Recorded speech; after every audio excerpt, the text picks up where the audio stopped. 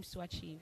So Dr. Anatu Mahama has set up a foundation for women, academic women, and general women entrepreneurs, or women building a career in this day and age, to overcome the barriers that exist in the ecosystem, and to see themselves as a builder of great careers that make them unstoppable, that promotes mentorship for up and coming new ladies. And so she spoke to me about coming to support what she's doing, and I see it as a very good cause to support, because building a career as a woman is very challenging, or can be. And so for this opportunity for me to give back to up and coming women, or people that need mentoring, to demonstrate that it is possible to become a successful career woman, a mother, in this day and age, is very a worthy cause that I wanted to support. So mostly we have women, great women, who get the opportunity to assume leadership roles. And mostly when we see such women in those big roles, they tend to gatekeep, and they don't really give the opportunity to those at the base level to also rise through the ranks. What do you think we are not doing right? Or if we're actually doing something right, what can we do to eliminate such trends? I've heard people say women are their own enemies, and this concept of gatekeeping keeps coming up. I don't actually agree with it.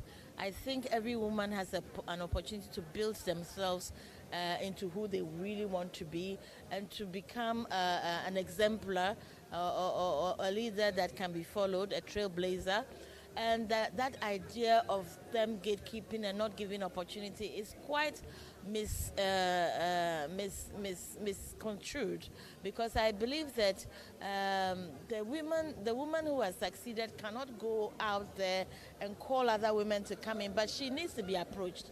You need to actually go to her and ask for the opportunity, or when opportunities like this arises, I think more women leaders should get involved and speak out like I'm doing, and to tell other women that are up and coming that it is possible, that it can be done, and to enable them to learn.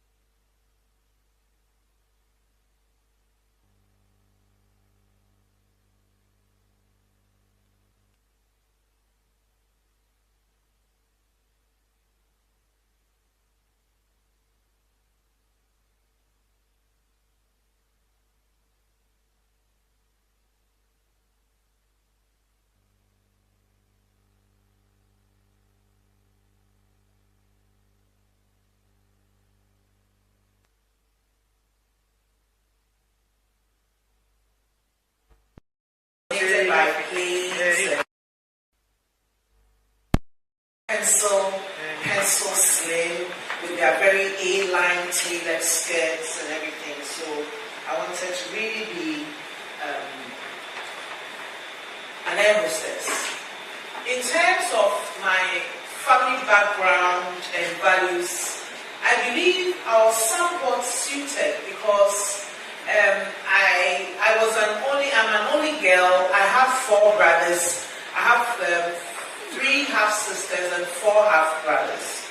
So quite a lot of guys around me. And I grew up not really playing with boys, so doing chaskele and hockey and all the boisterous games.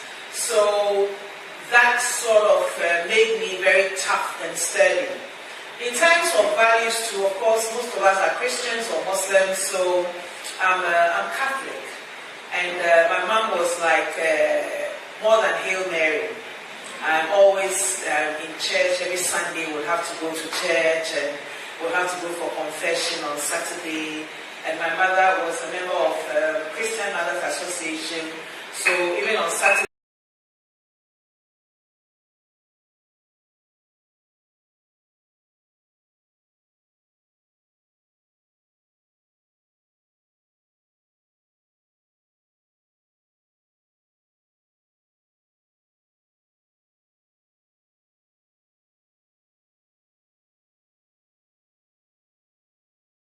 we have to go and sweep the chapel, everyone being in charge and being a very strong personality. So that was how I grew up.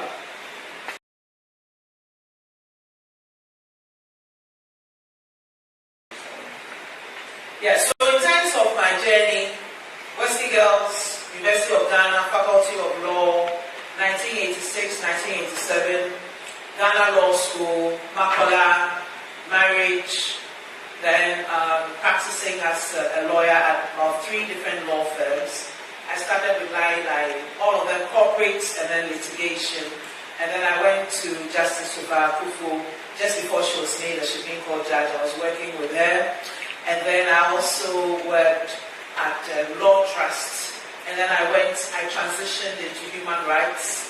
I started doing pro bono work at the International Federation of Women Lawyers, became their national secretary, and then I also worked with the African Women Lawyers Association.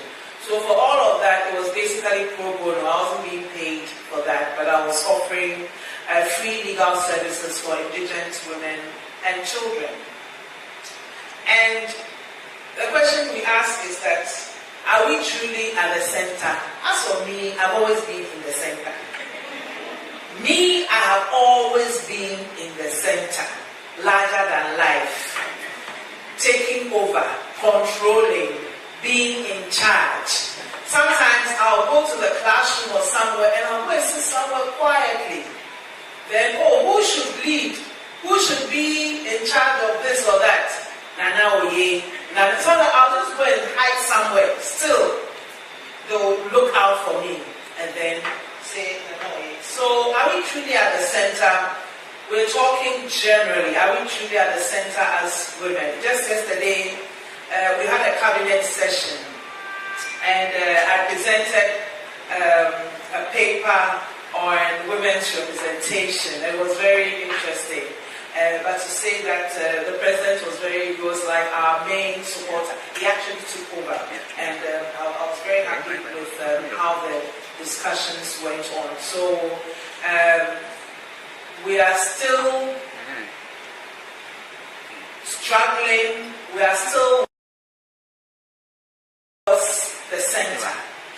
So if you asked me, I would say that if it's women plural at the center, we have the first female vice president. We have quite a number of women at the top level of national governance. When you look across the political parties, we also have women in politics. We're still not at the center. But, well, it's debatable. And I'm hoping. So, this is about my family background.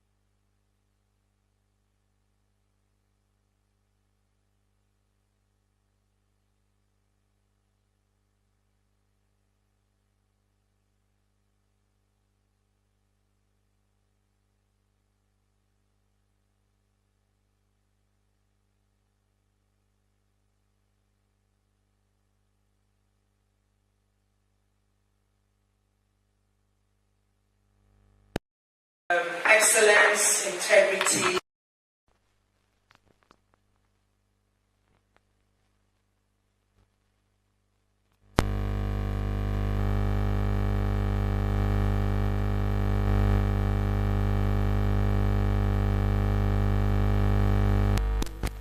That has really helped me a lot. I came from a very simple, where is it? Don't come in. Okay. I came from a very simple background. I've told you how I became a lawyer. My dad was a civil servant with controller and accountant general. My mom was a nurse at the Kolebu Teaching Hospital. So at least it was not too difficult to pick up studying. And when I started as a lawyer, I did a lot of litigation and also corporate law. I found the corporate law quite plastic. It was determinable. Yes, I did a lot of deals and a lot of very good corporate work. But it hits me